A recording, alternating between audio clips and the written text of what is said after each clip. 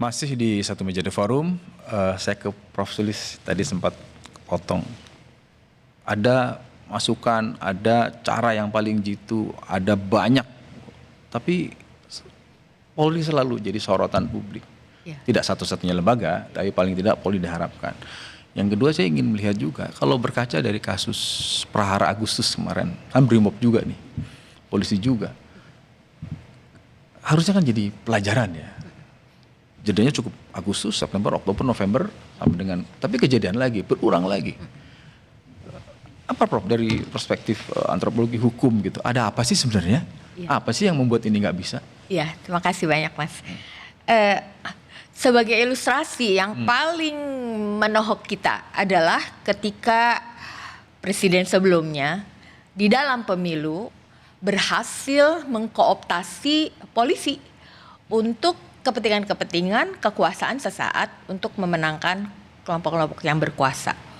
Luar biasa mobilisasi polisi di situ. Semua orang tahu, rakyat tahu. Nah, itu artinya godaan-godaan akan kekuasaan dan uang itu memang sangat menggoda polisi. Dan tentunya kita melihat di situ kita kehilangan polisi yang menjadi harapan masyarakat, menjadi sandaran untuk mengayomi, menjaga ketertiban, menegakkan hukum. Itu kita kehilangan sama sekali pada masa itu. Dan saya kira sampai sekarang belum berakhir tuh masa-masa di mana polisi terkooptasi oleh kekuasaan gitu ya. Nah, juga saya perlu menyebutkan bagaimana anak-anak muda yang genuine meminta agar tuntutan 17+8 itu untuk melakukan perubahan-perubahan yang menurut saya mereka mengakomodasi suara-suara rakyat ke dalam 17+8 itu, tetapi yang terjadi adalah mereka ditangkapi gitu dalam jumlah yang banyak dan di berbagai kota di Pulau Jawa, bahkan ada yang meninggal di penjara ya di Surabaya kalau nggak salah. Nah itu artinya polisi semakin jauh dari kita. Jadi kenapa itu? Kepentingan kekuasaan politik itu sangat mengkooptasi polisi dan ya, polisi kelihatannya terjebak tidak memiliki jalan keluar karena tidak ada tokoh-tokoh yang bisa membuat mereka keluar. Kalaupun ada tokoh-tokoh baik, pasti kita melihat itu ya.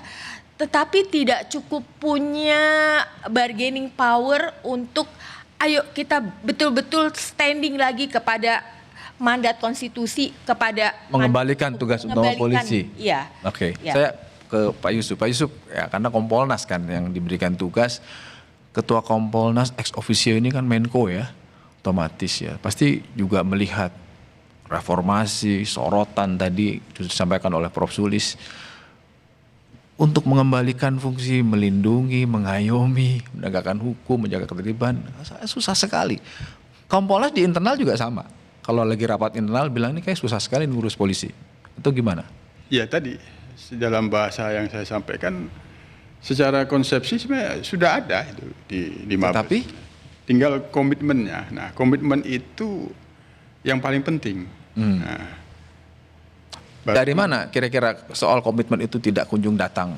Baru konsistensi. Nah, komitmen itu sambungannya adalah konsistensi. Nah, komitmen membuat yang di bawah ini paham bagaimana. Ya. Kalau sudah terjadi seperti ini kan misalnya kembali ke sekolah aja lagi. Kembali ke sekolah? Iya. Disekolahkan lagi kan begitu.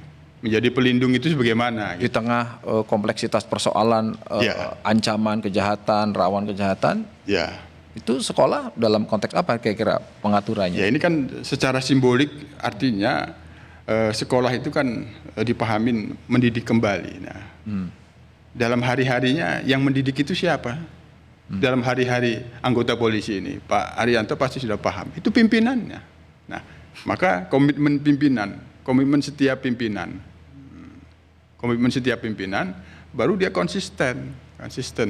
Bagaimana menghapus budaya setiap pimpinan memberikan teladan gitu. Betul. Oh, ini yang tidak. Iya. Anda bilang tidak. Iya. Inilah yang masih belum masif menjadi teladan. Oke, saya ke Pak Arianto ya. Pak, sebagai staf ahli Kapolri, ini ternyata dari tadi kita putar-putar diskusi ternyata soal teladan, Pak. Jangan-jangan itu yang dimaksud itu Pak Arianto. kunci. Ya. Saya ingin menyampaikan ya tadi, kenapa kok polisi ini seperti itu sekarang itu ya. Saya tidak Kenapa, melihat Pak? seperti Ibu yang belakangan ini saja. Saya melihat, saya menjadi polisi tahun 71 Pak. Ya. Mulai dari pangkat barada, paling terendah. Dan ketika saya masuk itu Pak, saya kaget karena begini, saya pikir ya, polisi itu kan, wah sebagai ini ya, pelindung masyarakat apa Oh, saat gitu Bapak kan. menjadi Gitu masyarakat masuk, biasa melihat polisi itu. Iya, saya pikir kan gitu, penegak hukum dan sebagainya. Tetapi setelah saya masuk, saya di pendidikan, kebetulan saya Pak, di pendidikan selama 6 bulan itu saya bisa lulus terbaik Pak. Saya tidak membanggakan diri, tapi saya menguasai hukum, pemahaman apa ajaran-ajaran yang disampaikan oleh polisi itu ya, mulai dari profesional sampai pembinaan mental dan keterampilan, itu saya paling menguasai dibandingkan dengan yang lain kan. Nah, dengan modal seperti itu, saya kan begitu masuk tugas, kok enggak seperti itu gitu. Oh, berbeda. Iya gitu. Jadi itu polisi itu ya, saya dididik 6 bulan kemudian dikasih diskresi tadi. Jadi bayangkan Mbak, saya hanya dididik 6 bulan, kemudian dikasih kewenangan di lapangan, bisa nangkap orang, bisa memenjarakan waktu itu ya, waktu itu gua belum ada. Kemudian bisa memutus seperti hakim kan seperti itu. Itulah polisi sesungguhnya yang ada di lapangan itu Pak. Dengan modal yang segitu itu, kemudian harus ditugaskan di lapangan. Nah sayangnya lagi Pak, mestinya tadi kan sekolah itu tadi ya Pak ya, tidak hanya di pendidikan kan. Tapi sekolah reguler kan tetap berjalan kan? Enggak, maksudnya sekolah itu, akhirnya pendidikan itu tidak hanya di sekolah doang. Oke. Di lapangan. Di lapangan. Maksudnya kan ya. Gimana Pak cara praktisnya itu? Di lapangan itu Pak, kita justru mendapatkan pengajaran-pengajaran yang tidak sama dengan yang diajarkan di pendidikan. Nah itulah akibatnya maka terjadilah subkultur polisi itu Pak. Ya. Budaya negatif dari polisi. Itu yang selama ini ya saya lihat itu bukan hanya terjadi di level bawah saja, sampai ke atas pun lingkungan kita itu kadang-kadang tidak mendukung untuk memberikan pendidikan yang baik. Termasuk nomor 1 keteladanan itu. Keteladanan ya. Ada itu. Dan itu Ya, tidak itu gambaran perkembangan polisi Pak. Dan kemudian polisi itu kok kenapa sih kayak gitu? Polisi Pak sekarang kan lambangnya itu kan ras-rasi watokama ada di kepala itu. Itu artinya adalah abdi utama daripada nusa dan bangsa. Sebagai saya adalah pelayan. Ya. Itu kan. Itu mestinya kan dihayati. Dan di setiap pendidikan di level bawah sampai tengah sampai atas pun itu tetap dikasih. Cuman pemahaman seperti itu Pak, itu kemudian kemarin menjadi pudar ketika kita di bawah ABRI. Oke. Dulu kan kita sebagai abdi utama, kemudian sebagai penegak hukum dan Kamtipmas. Nah, ketika kita di bawah ABRI, yang diutamakan, yang didulukan adalah penindakan kan gitu. Keteladanan. Selama 32 itu kita di bawah ABRI, tercetaklah kita menjadi militeristik. Militeristik. Jadi tidak mengayomi tapi tidak berlaku baik dengan orang. Tidak Nah, civilian kemarin police. kembali reformasi pertama kali itu merubah sipil ABRI menjadi sipil. Nah itu sampai sekarang itu tuh masih belum bisa hilang. Buktinya manggil dan siap gitu. Oh, okay. Saya enggak, itu contoh gitu. Ya. Nah, tapi yang terakhir yang saya ingin sampaikan Pak, sayangnya itu ya pembinaan untuk menjadi abdi utama daripada masyarakat itu kurang intensif di lengan polisi. Karena apa? 1, karena pengawasan di lingkungan itu lemah sekali. Pengawasan lemah, tidak ada teladan. Kenapa pengawasan lemah? Karena atasannya yang menjadikan sarana untuk pengawasan yang paling bagus itu tidak jalan karena atasannya pun kurang baik. Oke. Itu yang terjadi. Tidak menjadi Jadi teladan, ya. karena pengawasan yang sangat lemah inilah maka kemudian ya akhirnya seperti ini.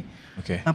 Polisi sekarang waktu saya masuk dulu cuma 50.000, sekarang udah 500.000. Baik.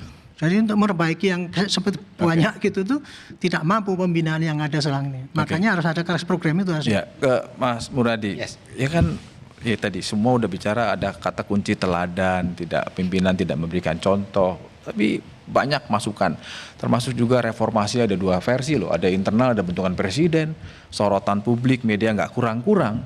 Ini munculnya reformasi inisiatif ini sekedar untuk menurunkan tensi protes dari masyarakat atau apa? Tapi jangan dijawab dulu, kita akan kembali setelah yang satu ini, tetaplah di Satu Meja The Forum.